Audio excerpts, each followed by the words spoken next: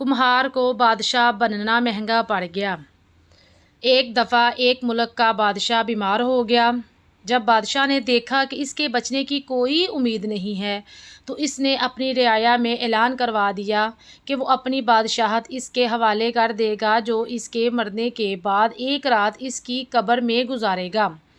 सब लोग खौफज़दा हो गए और कोई भी ये काम करने के लिए तैयार ना था। इसी दौरान एक कुम्हार, जिसने सारी ज़िंदगी कुछ जमा ना किया था, इसके पास सिवाय एक गधे के और कुछ ना था। इसने सोचा कि अगर मैं ऐसा कर लूँ तो मैं बादशाह बन सकता हूँ, और हिसाब किताब में क्या देना पड़ेगा, इसके पास है ही क्या सिवाय एक गधे के। और बस इसने ऐलान कर दिया कि वो बादशाह की जगह एक रात बादशाह की कब्र में गुजारेगा।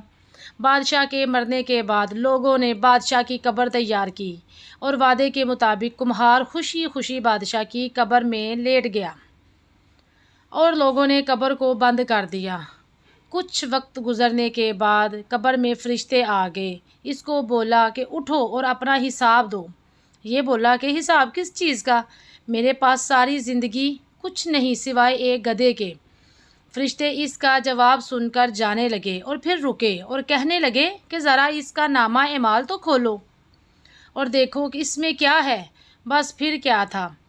सबसे पहले उन्होंने पूछा, फ़लाँ फ़लाँ दिन तुमने गधे को भूखा रखा था।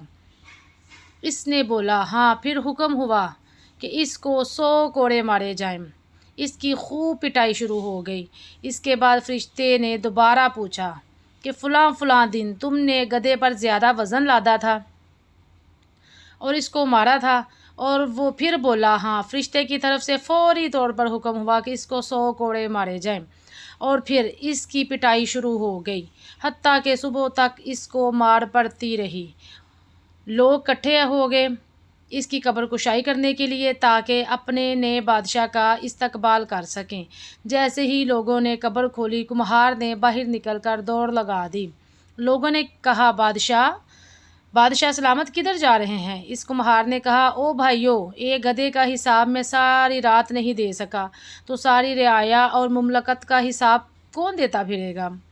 ये कहानी फ़र्ज़ी है। दोस्तों, आपने कभी सोचा है कि हमने भी हिसाब देना है और पता नहीं किस किस चीज़ का हिसाब देना है, जो कि हमें याद भी नहीं है। हमें इस कहानी से सबक हासिल करना चाहिए।